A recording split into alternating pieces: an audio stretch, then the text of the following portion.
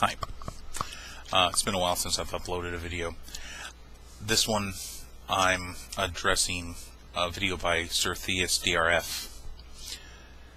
It's in regards to 5 things that prove the existence of a god. Basically, he's throwing up 5 arguments about the special nature of Earth and its ability to support organisms. And I'm going to reply to this by using numbers again. Now, I've used numbers in the past. Some people don't like me using using simplified mathematics to explain things. I've gotten some pretty nasty comments over that. But we use math to describe the world, to describe everything. So math is important. And here again, I'm going to just simplify everything, make it very basic.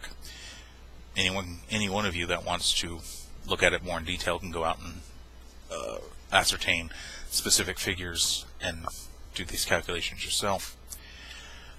We live on a planet in a solar system composed of 8 planets, numerous moons, and countless other bodies.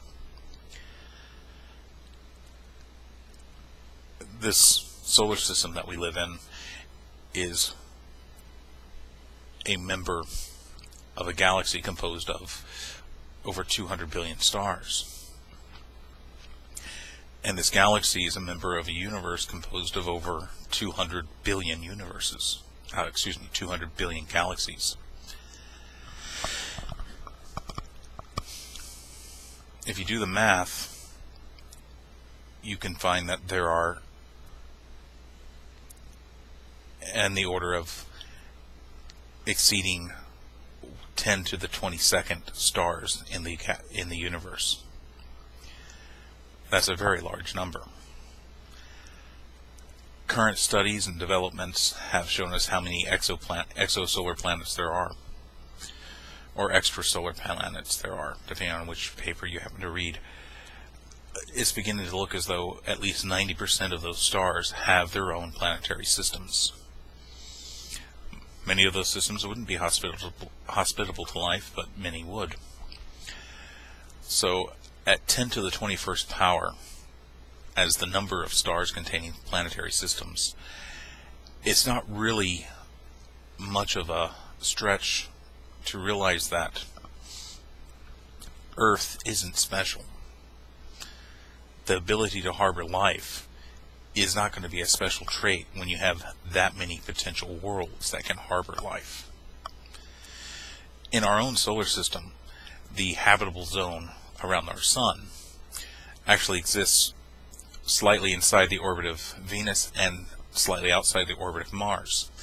If Mars was to have an atmosphere like Earth's, liquid water would be sustained there. The same with Venus.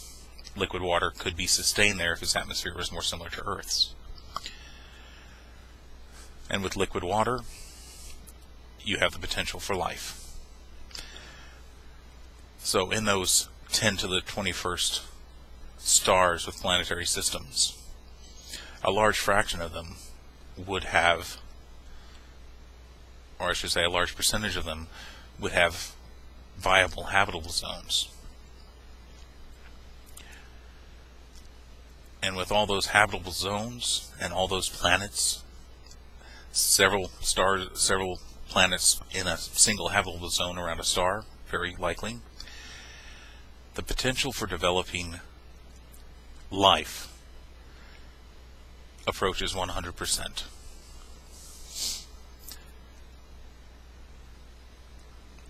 So,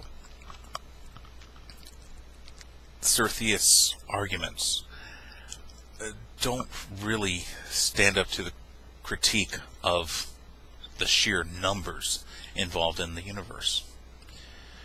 True, Earth seems special to us. It's our home world. We live here. We were born here. We developed here. And most of us will die here. I'm saying most of us because there's likely some that are born out there today that may live on another world. Of course, not too far from home.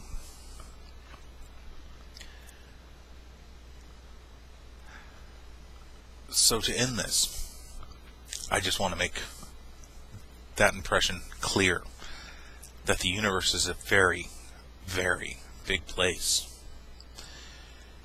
and that Earth-like worlds, perhaps more than likely not having intelligent beings such as ourselves, but still having complex organisms, is very likely, stumbled over my words there, Earth-like worlds capable of supporting complex organisms, though perhaps not intelligent ones, should be very common. I did a video to a YouTube user called Maximus MCC, a little bit below your garden variety creationist. In that video, I actually referenced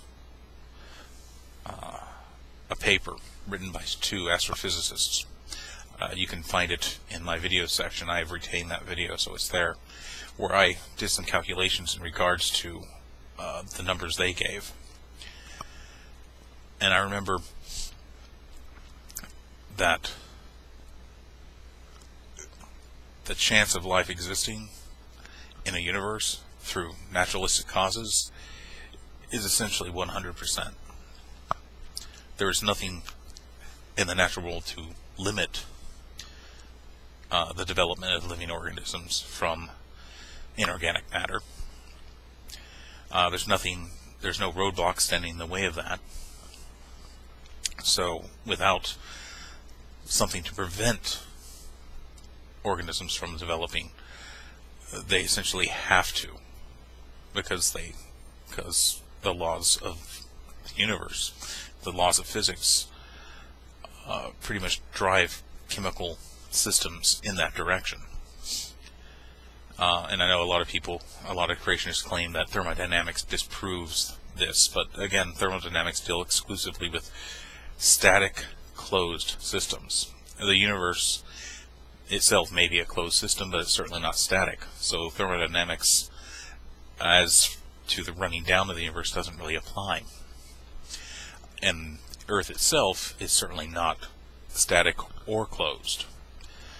So again, there's nothing that prevents life from developing. I'm running up on my 10 minutes here, so I'm going to go ahead and close this video. I'm not going to edit it, so if you watched it to this point and you think I might have stumbled with my words a little bit too often, just understand. Recently I don't have time to really script out anything. I'm doing this actually in my bedroom, on my bed, right before I go to bed, because I have class in the morning. So, everyone out there, take care. Thank you for watching, and hope to make more videos in the future pretty soon. Thank you.